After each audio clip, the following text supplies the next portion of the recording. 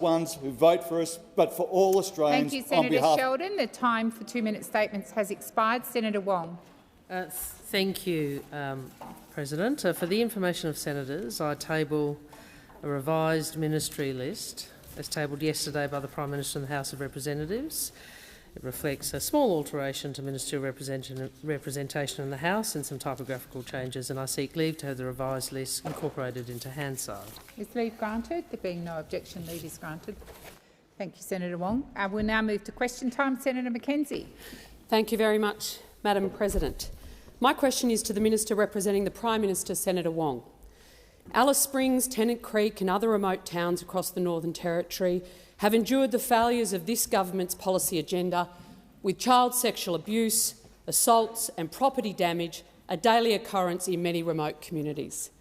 In response to growing community concern and considerable pressure from the general public, the Prime Minister finally recently visited Alice Springs with less than 4 hours on the ground. Can the Minister advise why the Prime Minister thought it was acceptable to be a FIFO PM in Alice? Thank you, Senator Mackenzie. Senator Wong. Thank you, thank you, President. And I'm disappointed that Senator Mackenzie, on an issue such as what we are seeing in Alice Springs, would choose to make such a light-hearted quip in that way. We all know.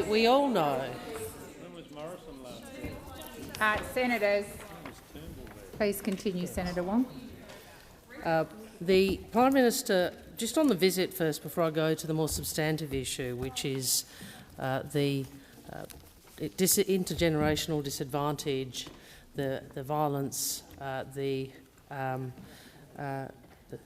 what we are seeing on the ground in Alice Springs. I am advised that the Prime Minister had planned to visit Alice Springs in December, but no, he contracted COVID. He contracted COVID. And so that was delayed. Now, obviously, the next opportunity he was able to visit was the 24th of January. Minister Burney has visited Alice Springs on a number of occasions, and of course we are quite blessed in the Labor Party to have Senator McCarthy, the member for Lingiari and many others who engage very closely on these issues. Now, it is the case that yesterday, the Prime Minister, as you know, announced additional support for the Northern Territory, and it is the case that the Stronger Futures program, which ended under you with no plan. So it is interesting in this place that you wish to come in here and play partisan politics on an issue where you dropped the ball. Where you dropped the ball at the end of the Stronger Futures program. Thank you, Senator Wong. Your time has expired. Order. I'm going to call Senator Mackenzie for her order. Senator Mackenzie, first supplementary. Thank you. Before the election, the Prime Minister said, and I quote, "If I'm the Prime Minister, I won't go missing when the going gets tough, or pose for photos and then disappear when the job's done." Can the Minister advise the Senate why the Prime Minister spent 3 nights at the Australian Open posing for photos and not a single night in Alice Springs? Thank you, Senator Mackenzie. Senator Wong. I'm interested that Senator Mackenzie chooses to remind everyone of what Mr Morrison was like. What I would say is this. First, on the tennis, I mean, I hope that this is. I hope that you are very careful about who on your side has gone to major sporting events, because I can say to you, I remember a lot of Liberal Party ministers with a lot of good hats at the Melbourne Cup and other things. So Senator Wong, please resume your seat. Senator Mackenzie. Point of order on relevance, Madam President. Just a moment, Senator Mackenzie. Order on my right. Senator Mackenzie. Point of order on relevance, Madam President.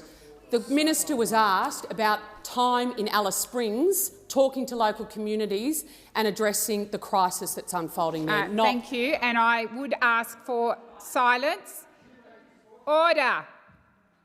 I would ask for silence. I had difficulty hearing Senator Wong because of all of the interjections, Senator Wong. Well, were were that you did ask me that question, because I would have treated that question with some respect. But no, you want to make a partisan point. Yep. You want to make a partisan point about the tennis. You want to make a partisan point about the tennis. Let me say this. Stronger Futures ended in July 2022. There was no plan, part of the previous government, to manage the transition. We have listened to community. We have listened to community and we have provided additional resources. Senator Wong, your time has expired. Thank you, Senator Wong. Your time has expired. Senator McKenzie, second supplementary. Community leaders have warned the serious crime wave affecting the Northern Territory communities has the potential to spread to other remote communities across Western Australia, Queensland and South Australia, with the government's abolition of the cashless debit card. When will the Prime Minister visit those other communities where the CDC has been abolished? Thank you, Senator McKenzie. Senator Wong. Well, I'm asked now about the CDC.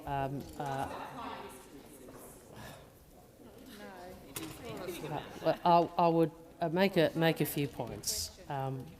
First, in relation to what we are seeing in the Northern Territory, it is distressing. It is deeply worrying and it is devastating for communities, and that's why we're acting. That is why we're acting. And that is why, recognising Order on my that... left. Senator Cash and Senator Ruston. She's a very good minister. That is why the Prime Minister, after consultation with the Northern Territory Government and after consultation with the Ms Anderson, Daryl Anderson, has made a decision, with the support of the Cabinet, to provide $250 million worth of additional funding for support. It is a reminder of how much all governments need to do to address the intergenerational disadvantage which we are seeing. The time for this question has expired. Senator Pratt. President, my question is to the Minister for Foreign Affairs, Senator Wong. In recent days, the world's been confronted with devastating scenes following earthquakes in Turkey and Syria. Can the Minister update the Senate on the situation on the ground, please? Thank you, Senator Pratt. Minister. I thank Senator Pratt for her question, and certainly, particularly overnight, what we have seen in Turkey and Syria has been devastating.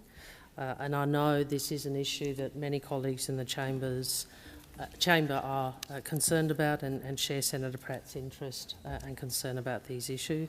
So I want to acknowledge that so many from the Parliament and across the community have reached out to my office to express concern and to ask what they can do and what our country can do. The true extent of this devastation is still emerging.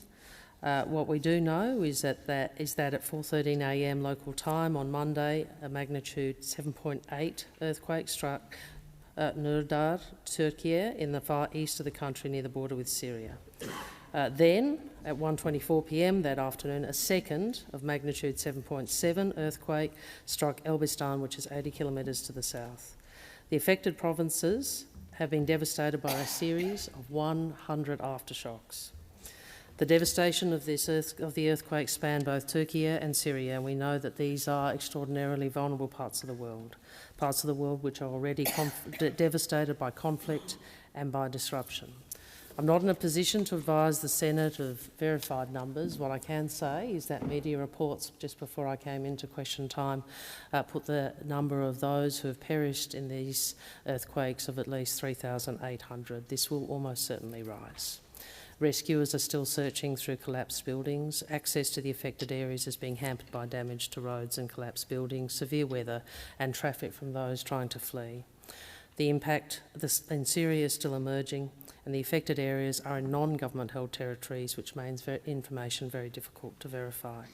The government is monitoring the situation closely, and in subsequent answers I'll respond to what the government is seeking to do. Thank you, Senator Wong. Senator Pratt, first supplementary. What do we know, please, about Australians in affected areas? Thank you, Senator Pratt. Senator Wong. Thank you. I know some MPs and senators have had Australians contact them about family in affected areas. Our diplomatic missions in Ankara, Beirut and Istanbul are working closely with local authorities to ascertain the welfare of our citizens. Ankara Post is following up on a small number of Australian citizens who may be in the affected areas, and I'm not in a position at this stage to provide any further details. Australians in need of emergency consular assistance should contact our 24-hour consular emergency centre, that is 612 6261 3305, and on 1300 555 135, the latter number if calling from within Australia.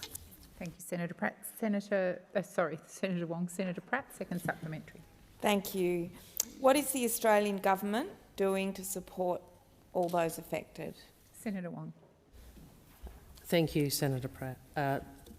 Prime Minister Albanese announced in the press conference held just over an hour and a half ago an initial commitment of $10 million in humanitarian aid to support the people of Turkey and Syria. $7 million will be dispersed immediately. $4 million of that will be delivered to support those affected in Turkey through the International Federation of the Red Cross and Red Crescent appeal. These funds will support the delivery of food, shelter and basic aid items. We have also allocated $3 million to northwest Syria to be delivered through UNICEF to assist with immediate needs with a particular focus on women and girls. An additional $3 million will be allocated as we work to understand needs on the ground. This is obviously a crisis. It is a crisis which is affecting so many of our fellow human beings. We will continue to monitor the unfolding situation on the ground. Thank you, Senator Wong. Senator Birmingham. President, I seek leave to make a short statement. His leave is granted. Senator Birmingham. President, I thank the Senate. Senator, can I associate the opposition and coalition parties with the remarks made by Senator Wong and the government in sending our most sincere condolences to the people of Turkey and Syria following yesterday's major earthquake and the events that have unfolded since. When we go to bed at night and tuck our children into bed, none of us imagine that the homes we are living in will collapse upon us in the midst of the night.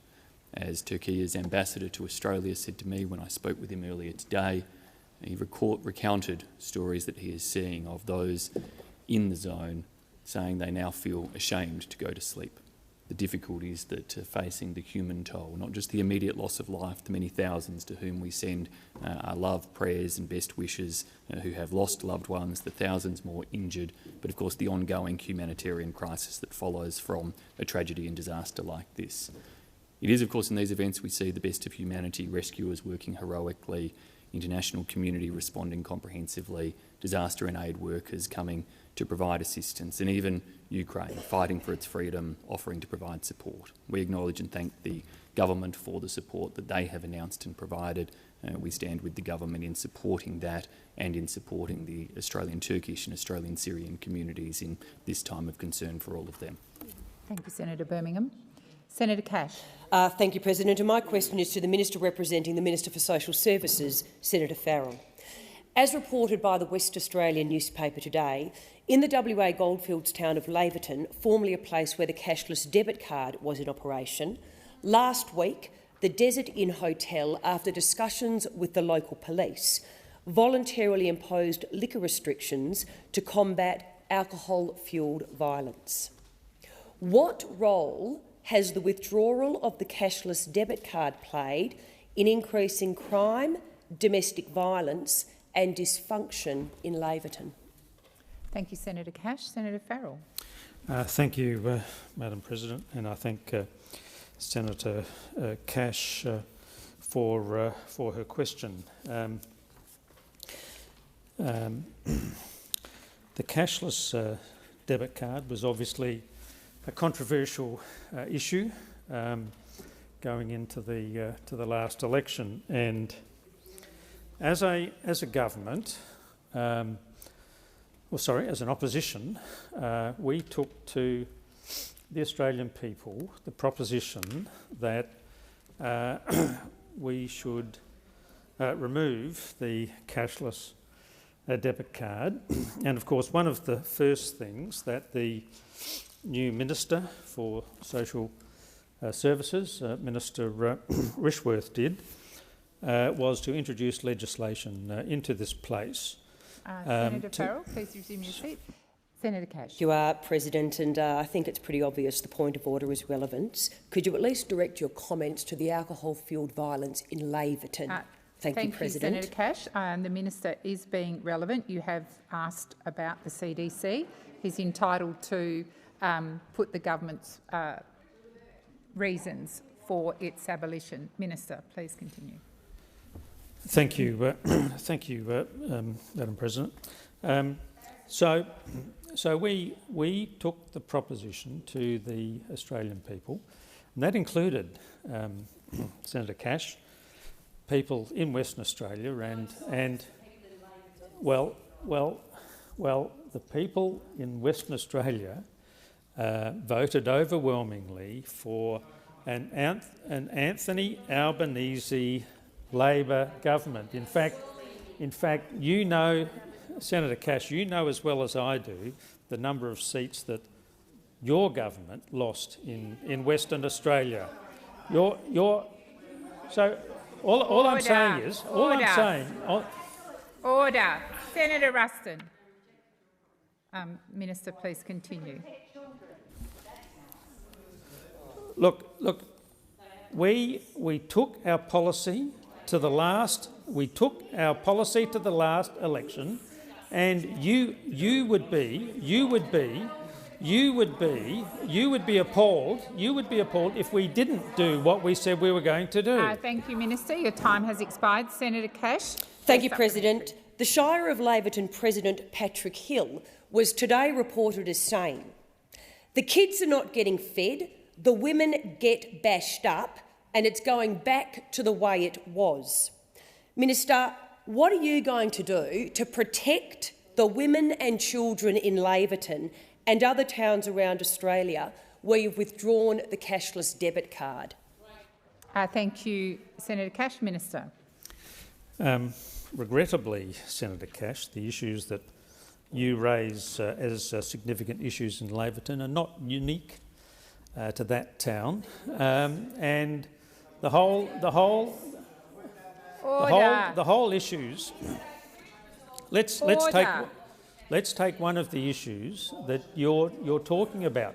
Let's take one of the issues that you're talking about. Senator Cash, when I'm deliberately answering or doing my best to answer your questions, well, that may be so. That may be so, but the people of Australia have made a decision, and one of the reasons they voted for us at the last election were our policies on domestic violence. One of the reasons they voted for us was our policies on domestic violence. Now, I don't say that overnight that we are going to solve all of the problems. Thank you, Minister Farrell. Your time has expired.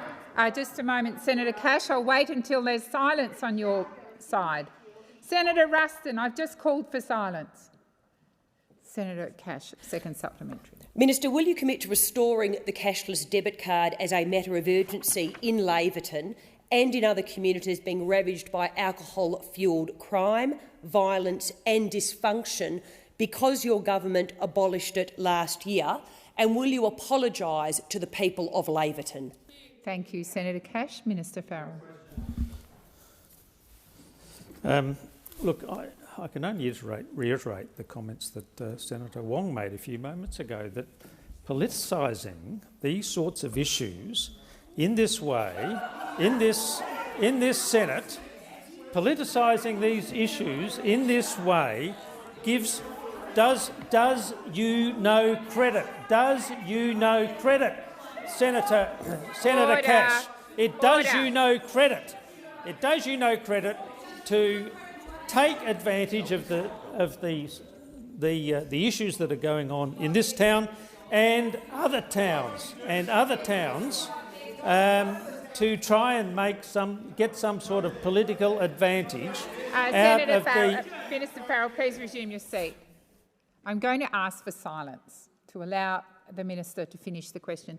Please continue, Minister Farrell. I reiterate my point. It doesn't do you any good, Senator Cash, to be seeking to use the disadvantage. Thank you, Minister. The time for this question has expired. Senator Waters. Very much, President. My question is to Senator Wong, representing the Prime Minister.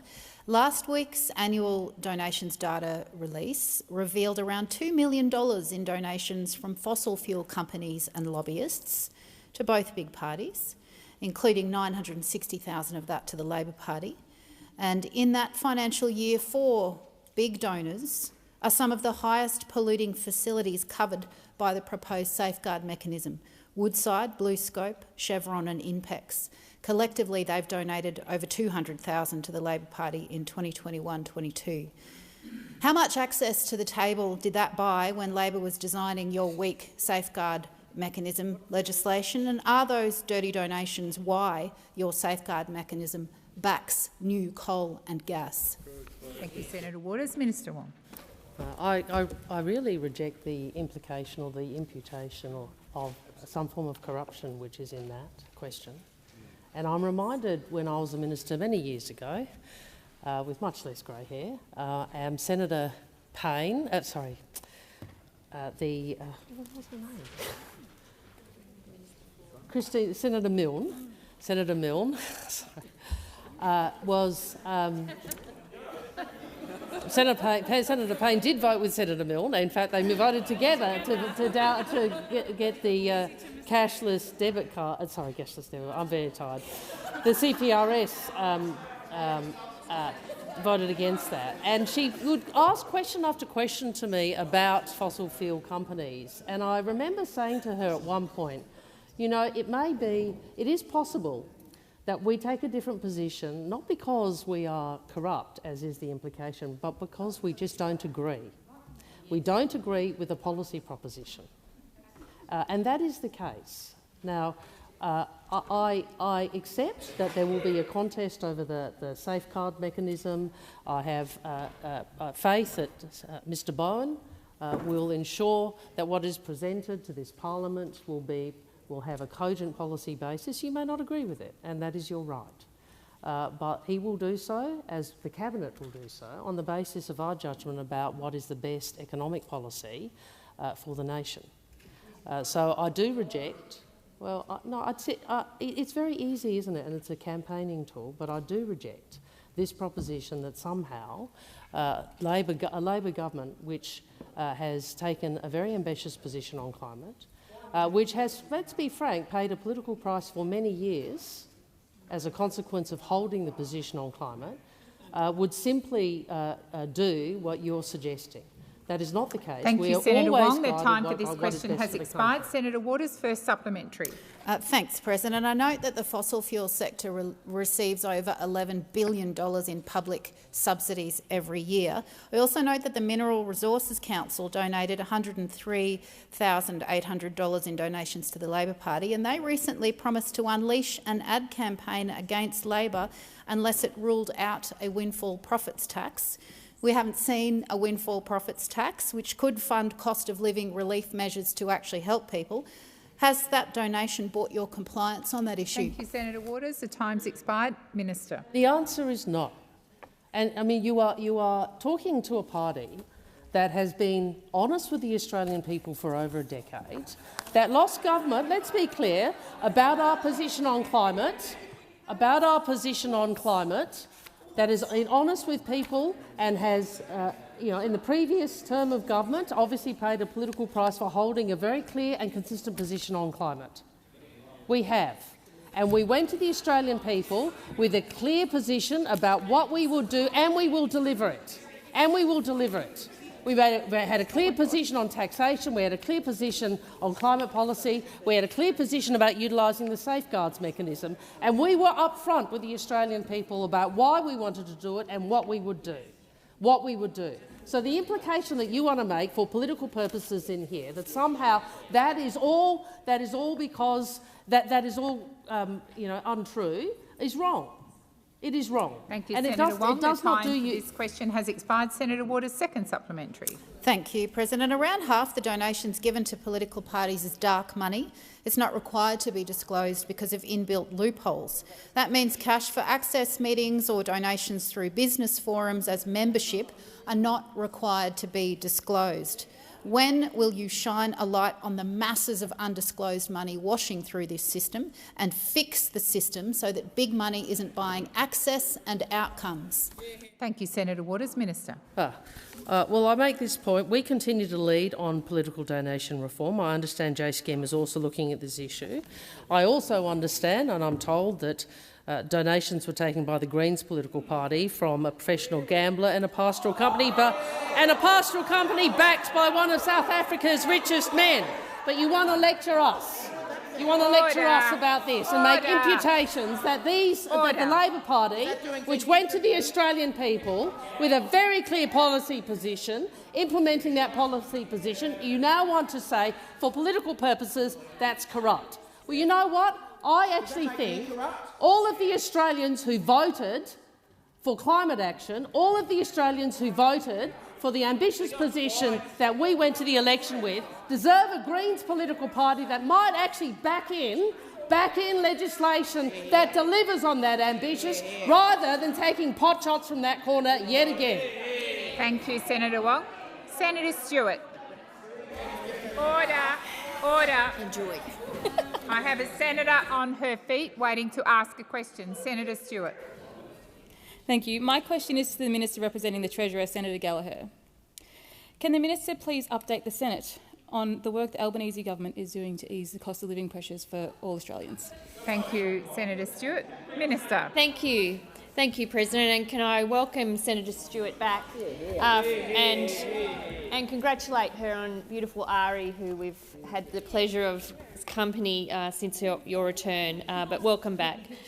Can I just say the Albanese government understands that cost of living pressures are a major concern for all Australians. We understand that it's not easy for households right now, and when I look at how other countries are faring, I think Australia is positioned well to ride out these economic uncertainty and some of the shocks that we've seen. As a member of the government's economic team, we are working hard every day to make sure that Australian challenges with inflation do not become worse. We are cleaning up after the wasted decade of the previous government, a record of inaction or worse, failure, including more than 20 failed energy policies. We saw a decade of wasted opportunities and wrong priorities that left Australia with falling real wages, cost of living pressures, $1 trillion of debt without an economic dividend to show for it. We have an economic plan that is a direct and deliberate response to the challenges facing the economy right now, including cost of living.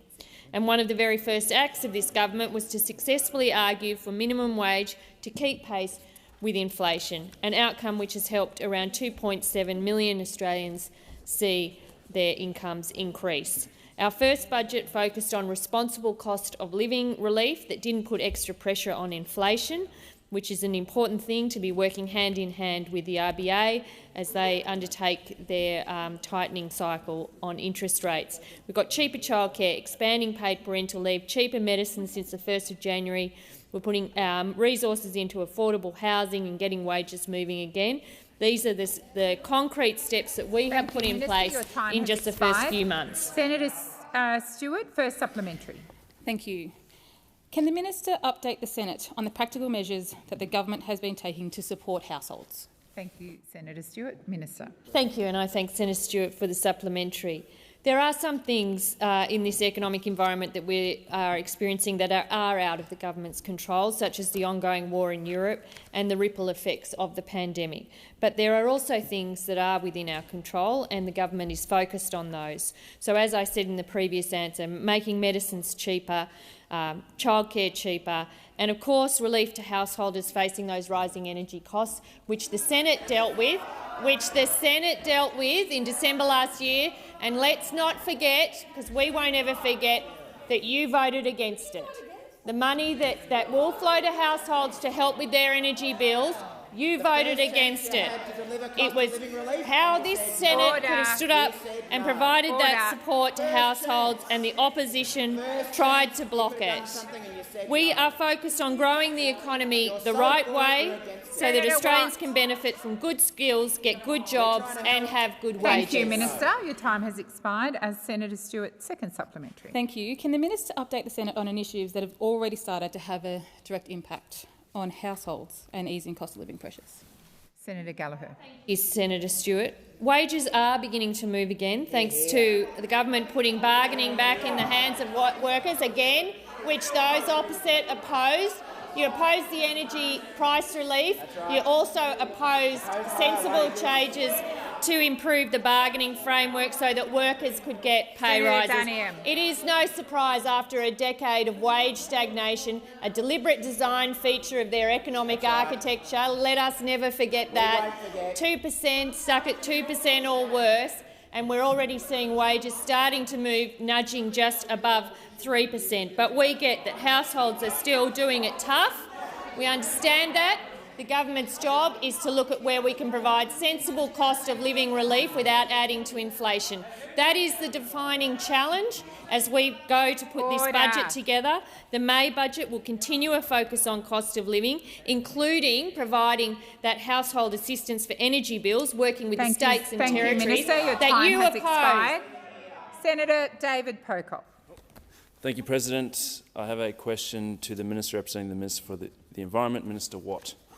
Australia is a world leader in many things that we celebrate, but one international title we have is a source of global shame, and that is our status as a world leader in species extinction. Over the past 200 years, our actions have sent 1 in 10 of our native mammals extinct. By comparison, the US, similar landmass, has lost just one species. If we don't act now, current and future generations of Australian children may never have an opportunity to see a numbat or a region honeyeater or a northern quoll. In October last year, the government committed to ending extinctions. Will the government commit to backing up this commitment with enough investment to ensure that this actually happens? Thank you, Senator Pocock. I believe Senator Wong is the correct repping minister, so I've given her the call. Thank you to Senator Pocock, and he is correct that we are a country, a nation that has one of the worst extinction records in the world. We have one of the worst mammal extinction records in the world. We have obviously seen land and water degradation, which has an effect not just on humans but on our many animal and plant species. I know that the Minister for the Environment has been very clear about the importance of working towards zero extinctions. This has been endorsed by every state and territory. As part of that, we are investing in excess of $200 million in the Saving Native Species program. We have put in place a new Threatened Species Action Plan which sets ambitious targets seeking to protect 30% of our land and seas by 2030. And of course, critically, we are looking at reform of the environmental legal framework. Senator Pocock would be familiar with the Samuels Review into the EPBC Act. Obviously, Ms Plibersek is taking forward a process to reform those to protect, restore and manage native habitats. The ACF, Australian Conservation Foundation, has welcomed the government's new threatened species objective and have made the very important point that extinction is a choice, and we need to choose a better path. We need to change the trajectory for the range of threatened species and their habitats, and certainly the government, and particularly Ms Plibersek, is focused on doing so. Thank you, Minister. Senator Pocock, first supplementary. Thank you, President. I welcome the government's commitment. I would point out that this will require significant investment. In fact, in 2019, 13 of Australia's most eminent environmental scientists looked at the question of how much it would take to do exactly that, to halt extinctions. And the figure then was about $1.7 billion per year. Does the government accept the overwhelming scientific evidence that we need significantly more investment in this area? Thank you, Senator Pocock. Minister. I would make a point, if I may, about funding, and one of the things that I certainly learnt as Finance Minister, and I'm sure Senator Gallagher is managing, is that there are very few requests for spending which are not worthy. There are some. We saw some under the previous government. Well, maybe a few of the sports thoughts might have been a bit of a problem, but anyway. You know, we have completely legitimate requests for expenditure in environment, in climate, in energy, in social security, in a whole range of areas, including First Nations policies, health, Medicare, PBS, National Disability Insurance Scheme. All of these are matters. I'm making a point about. Well, I'm surprised that the Shadow Minister of Finance wouldn't like me to actually talk about opportunity costs, given that is the heart of the job you have to do. The heart of the job you're supposed to be doing. Minister, your time has expired. Senator Pocock, second supplementary. Thank you, President. Thank you, Minister. My question really is about funding, though. Will the government match ambition with action? And with a shortfall of some $1.6 billion at the moment, does the government have a plan for which species you're going to select to not go extinct and which we should just let go extinct? Minister. I understood very well what you were asking, Senator Pocock, and I was making the point that there are many areas of investment, particularly after 10 long years of those opposite investing in so many of the wrong things and so few of the right things. And the process of considering not just this area, but the many areas that demand funding, as well as the structural deficit that the Finance Minister has spoken about, obviously will be something the government will consider in the course of the budget. And you know, you would well understand. I appreciate as an independent senator, you know, your job is to represent your constituents and ensure that includes pushing the government to do more. But what I would say to you is we recognise this is a very important area. We are committed to getting this into a much better shape than it was, and Ms Plibersek has done an extraordinary job in last months to do so. Thank you, Minister. Your time has expired. But there is much. Senator Hume.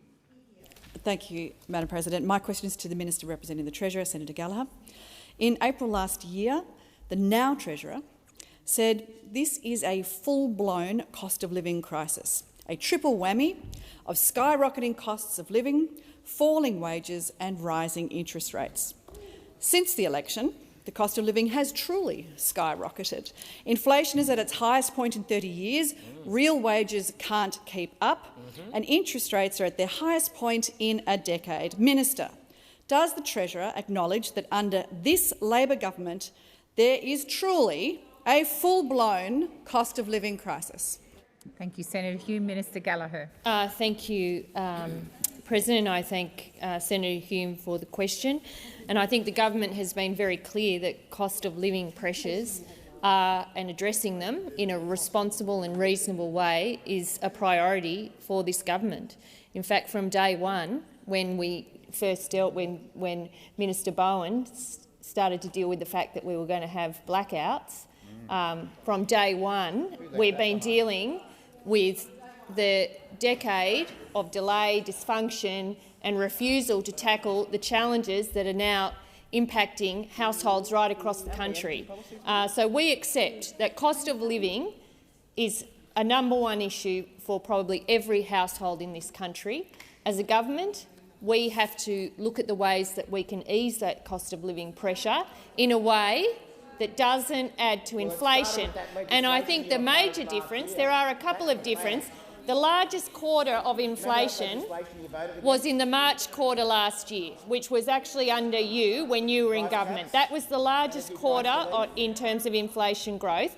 The other difference is that you have a government that's actually dealing with the issues rather than putting their head in the sand and pretending that everything was just fine. That is a major difference. So in energy, in health, in childcare, in energy prices, in cost of medicines, all of these areas that we're dealing with, And that's whilst we've got a budget that's heaving with $1 trillion of debt, while we're going through all of the terminating measures, the things that weren't funded properly. Remember all that? Yeah. The zombie measures that were never going to get through the Senate that you had there bolstering your bottom line. While we're fixing all of that, we're investing in those areas where we can make a difference to households without adding to inflation. Thank you, Minister. Senator Hume, first supplementary. Thank you, Madam President. The Cost of Living Committee last week heard that Woolworths charity partners have already told them that they will need increased food donations in 2024 and that there has been a 12% increase in the number of Australians struggling to pay their power bills. Minister, why hasn't the government delivered the $275 price cut or other cost of living relief that it promised last year to help Australians with their energy bills? Good question. Thank you, Senator Hume. Minister. Well, that question is just wrong.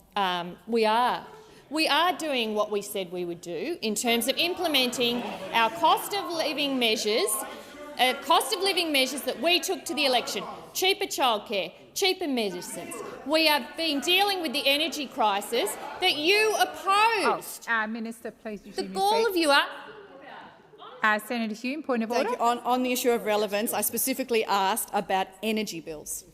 Yes, and you started off with a couple of sentences around charity and increases. So the minister, I think, order.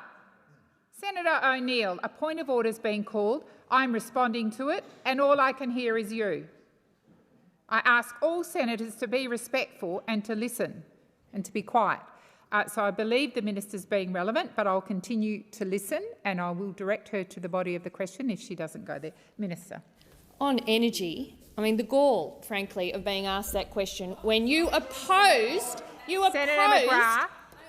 the cost of living relief in the bill that this Senate passed in December last year. Over $1 billion to actually go to help with the cost of energy increases that occurred under your watch. That Minister Taylor, when he was minister, hid before the election. That's the increases people are feeling now, actually occurred under your government. We are dealing with it, and you opposed the money going in to get to households this year to help them to lower their energy bills by hundreds of dollars. Thank you, Minister. Sat there and said Your no. Your time has expired. Senator Lambie. Thank you, Madam President. Oh, beg your pardon, sorry. Sorry. I'm way ahead of myself. Senator Hume, my apologies. Second supplementary. Madam President, last week the Senate's Cost of Living Committee also heard that 800,000 Australian households are going to be coming off their fixed-rate mortgages and onto variable-rate mortgages throughout 2023. We heard that the cash rate rises this cycle have increased the typical Australian variable mortgage holder's repayments by around $10,000 per year. Minister, with the RBA increasing the cash rate again today, how much more will the average Australians with a variable mortgage be worse off under this Labor government? Time, thanks, Senator. Minister. Thank you. Dealing with the inflation challenge is the defining economic challenge facing the country. We've been very clear about that. The RBA has increased the cash rate by a further 25 basis points today. They are, of course, independent and make those decisions based on the economic data that they are seeing. And we have been saying for some time that we understand that these increases, particularly for those households where they have mortgages and often large mortgages, are significantly impacting their household budgets. There is no doubt about that. Depending on what to specifically answer your question, it depends on what your mortgage is and the terms with which. Minister, please resume your seat. Senator Hume. You, Madam President, if the minister doesn't know the answer to this question, I would be very happy if she took it on notice. Sorry, point of order was relevance. She clearly didn't know the answer. If she doesn't know, I'm quite happy to have it taken on notice because it was a very specific question. Please resume your seat. The minister is being directly relevant. Minister. Well, it is, and it's very patronising of you, Senator Hume. I have the answers. It depends on how much you owe and the rates for which your mortgage is. But it is hundreds of dollars, Thank you, Minister. and we Your understand time has that. expired. Senator Lambie. Thank you, Madam President. My question is the Senator representing the Minister for Health, Senator Gallagher. And before I start, I actually want to thank the former senator in here, Senator Griff, for the work that he done on cancer over the time he was here. In Australia, brain cancer is one of the most common and deadliest cancers in children. Approximately 120 children are diagnosed each year with brain cancer, and for 45% of those children, their diagnosis is fatal. My question for the government is this: what new initiatives has the government introduced to address paediatric brain cancers? Is there anything it has introduced that is new, or are you still funding the previous programs that were introduced by the previous government? Thank you, Senator Lambie. Minister Gallagher. Thank you, President. I thank Senator Lambie for her advice that she would be asking a question on childhood cancer, and I acknowledge that the Senator also has a meeting with the Minister for Health next week to discuss a range of health issues. It is, and many of us went to the ovarian cancer breakfast this morning across the chamber. Cancer is something I think that has touched probably everybody's lives in this place, and in terms of childhood cancer, really, it is some of the statistics around childhood cancer and children who are diagnosed with brain cancer are very confronting. As Senator Lambie said, an estimated 102 children aged up to 14 were diagnosed with brain cancer, and 36 children are estimated to die from this disease. Cancers in children are often different from those observed in adults in appearance, site of origin and response to treatment, and they are also often quite difficult to diagnose, which does require that specialisation in paediatric cancer responses. So to just run through a couple of things that are underway, there is, over the last 10 years, $260 million for childhood cancer research through the National Health and Medical Research Council, the Medical Research Future Fund and Cancer Australia, and we've also committed $452 million to build new comprehensive cancer centres in Queensland and South Australia. We're also implementing $100 million to establish the nation's first Children's Comprehensive Cancer Centre in Sydney. This initiative is being led by the Children's Cancer Institute with delivery partners, and it will play an important role in Australia's health system and the network of comprehensive cancer centres going forward, combining research, cutting-edge treatment options, clinical trials, other multidisciplinary resources for children. This question has expired. Senator Lambie, first supplementary. Thank you, Madam President. How does federal funding for paediatric brain cancers compare with that under the previous government? And are you content to continue funding arrangements that were introduced by the previous government? Thank you, Senator Lambie. Minister. Thank you. I think I would probably take the detail of that on notice. I need to say that $100 million to establish the nation's first comprehensive children's cancer centre in Sydney is new, I understand, but I will check the record on that. In terms of health and how we fund, many of those services obviously are funded through the hospital agreement. That is coming up for renegotiation with the states and territories. There is no doubt there's a lot of need, not just in childhood cancer, but for hospital services in general, and we will engage with the states and territories on that. We understand, the health system is critically important. Funding the hospitals, getting that right is critically important, as is trying to fix primary care, Medicare and aged care, because it is all interconnected. But probably the detail I will come back to the Senator with if there's anything I have to update. Thank you, Minister. Senator Lambie, second supplementary. Thank you, Madam President. Statistically, brain cancer kills more children than any other disease. I'm just wondering, should this not be a higher priority than any other childhood health initiative this government is funding at this point in time? Thank you, Senator Lambie. Minister. Of course, making sure that we're doing all the research we can and provide all the treatment options possible for children suffering from cancer, including brain cancer, is I think something that every parent in this country would expect.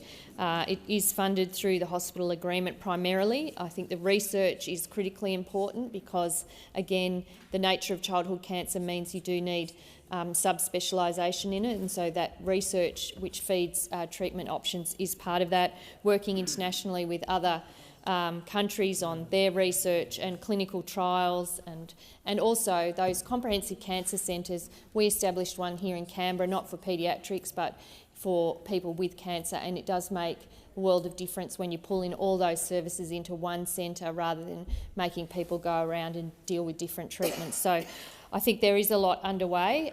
If there's anything more I can update the chamber, I will do so on notice. Thank you, Minister. Senator Ciccone. Thank you very much, Madam President. My question is to the Minister for Foreign Affairs, Senator Wong. Could the Minister please provide an update to the Senate on the actions Australia has taken to increase pressure on the Iranian regime? Minister.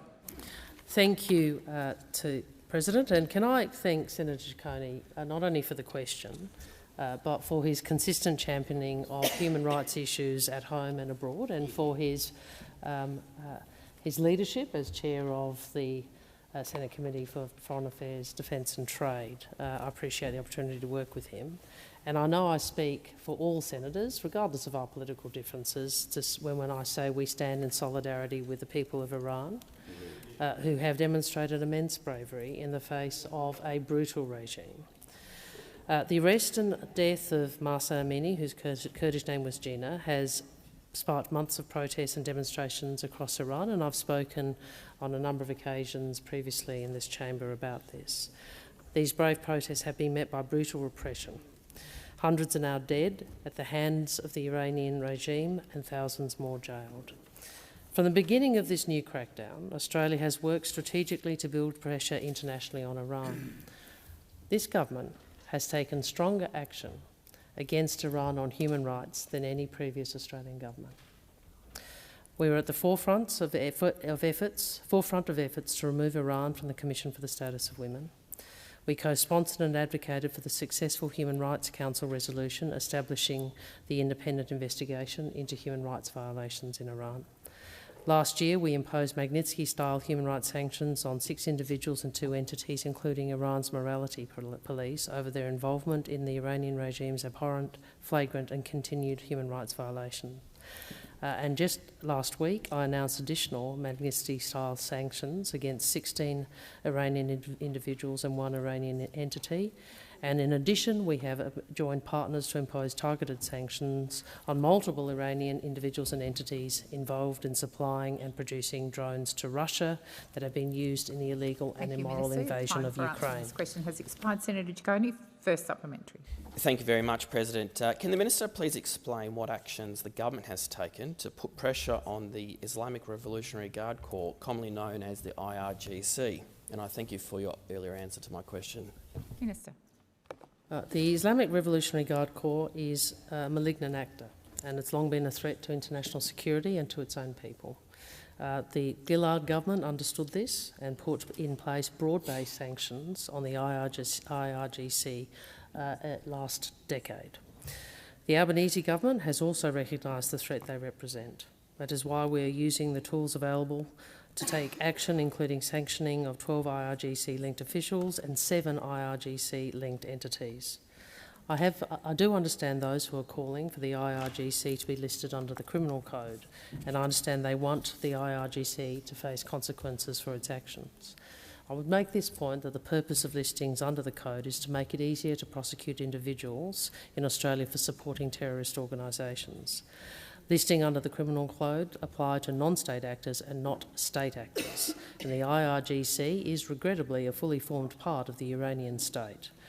I would note that none of our... Thank you, Minister. The time for answering this question has expired. Senator Ciccone, second supplementary. Thank you, President. And again, I thank the Minister for that response to my earlier question. Minister, how is the Australian government acting to prevent foreign interference here right at home? Minister. Thank you. I appreciate Senator Ciccone asking me this question because it gives me the opportunity to yet again speak to the Iranian-Australian community.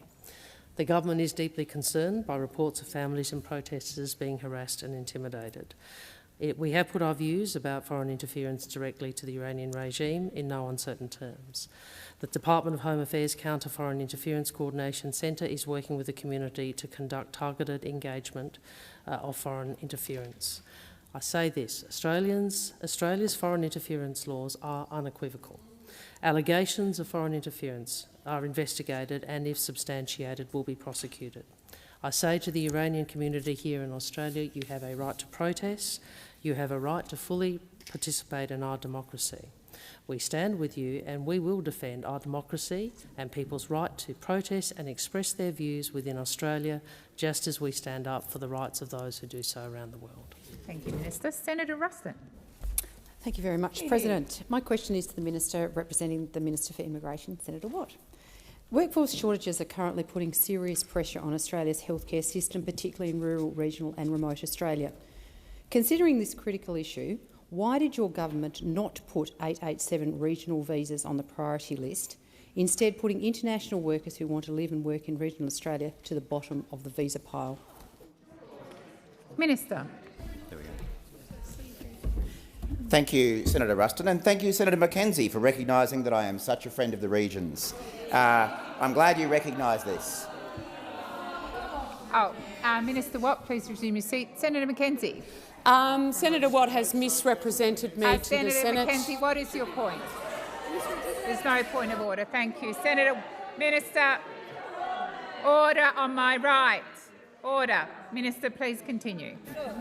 Thank you, President. And sometimes Senator Mackenzie says things before she thinks them through, and that was... Senator Watt, please resume your seat. Senator Watt, Senator Ruston's asked a serious question to which she's entitled to a response, so please direct your answers to her question. Thank you, President. And Senator Ruston does ask a serious question, because we know, and anyone in this chamber who spends any time in regional Australia, whether it be me, whether it be Senator Ruston, whether it be Senator Mackenzie or many others, knows that for many years there has been a serious problem for regional Australians accessing healthcare. I've experienced it myself. Minister, please resume your seat. Senator Ruston. Thank you, Madam. Thank you, President. It's on a matter of relevance. I was actually asking the Minister about 887 visas and why your government has not prioritised 887 visas, which directly impact rural and regional Australia. I'd ask you to draw his attention to my question. Thank you, Senator Ruston. And you also talked about the crisis of health in regional and rural areas, and I believe the Minister is being relevant, and if he's not, I will direct him to the question. Minister. Thank you, President. And as I was saying, there has been a serious shortage of healthcare in rural and regional Australia for at least 10 years. And one of the reasons for that has been severe workforce shortages that this government is working on and acting on. Now, in the short time that we've been in office, the Albanese government has increased regional visas from 11,200 to 34,000 this financial year. Those who attended the Jobs and Skills Summit, which of course doesn't include any member of the Liberal Party, but did include the Leader of the National Party, Mr Littleproud, would have seen that this government committed to increase the regional migration intake to 34,000 just for this financial year. And it is our full intention to deliver these visas, which will go some way to assisting with the regional workforce shortages that Senator Ruston asks about, but indeed the regional workforce shortages that we see across every industry in regional Australia, yet another legacy of the poor planning and mismanagement of the former government. If there's one example in this space that really exemplifies those failures, let's not forget that the former government left a visa backlog of 1 million visas. 1 million people waiting for visas to be processed. We've got it down to 600,000 and we're going to go further. Thank you, Minister. Your time has expired. Senator Ruston, first supplementary. Thank you, President. In my electorate, a local GP living and working in the community is currently waiting for his 887 regional visa to be processed, but like other applicants of this visa, he's been knocked down to the bottom of the pile by your government.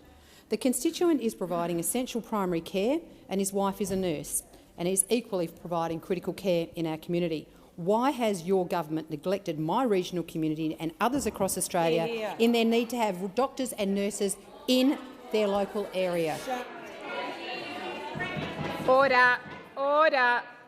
Order. I have the minister on his feet. Minister Watt. Thank you, President. Well, Senator Ruston, the answer to your question is very simple, and it's a 7-digit number, 1 million. 1 million visas. That was the backlog that we inherited from your government in visa applications.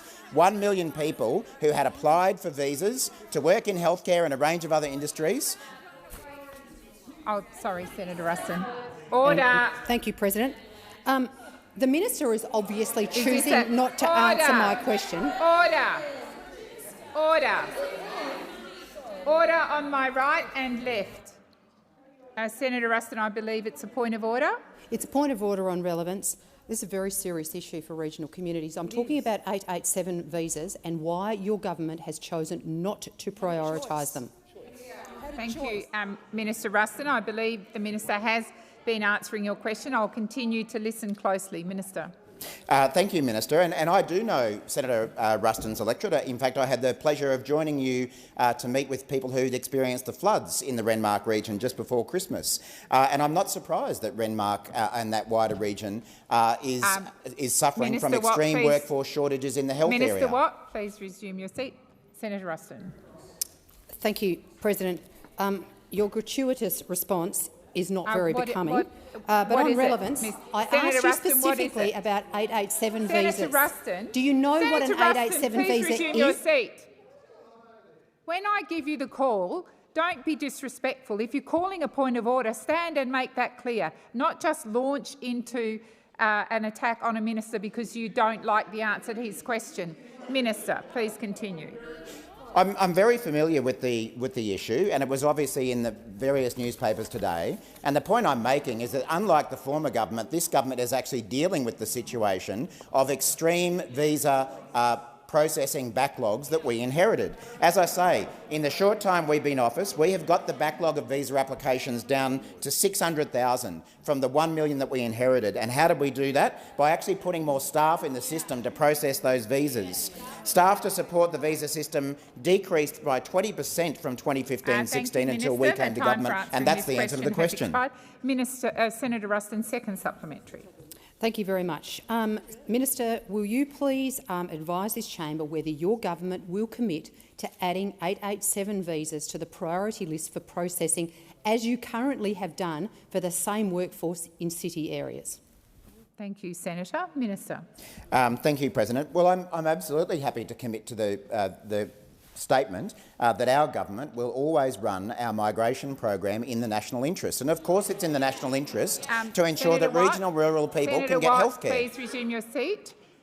Senator Ruston. Thank you, President. On a point of order in relevance, I was very tight in my question. I just asked the minister whether he would commit to the adding of the 887 visas to the priority list in the same way as they have in the cities. Thank you, Senator Ruston. I'll direct the minister to the question. Minister. Thank you, President. And again, this government will always run our migration program in the national interest, and part of that obviously is about ensuring that rural and regional Australians have access to the health care they deserve and the health care that they did not get for the 10 years of the Liberal National Party government. It's the Albanese government that is in the process of rebuilding our health system, whether it be in the cities or our regions. I have been out there in regional Australia door-knocking people who couldn't get GP appointments for 3 or 4 weeks. Minister Wong? He hasn't finished. I was calling order. Thank you. But we got there, so Minister.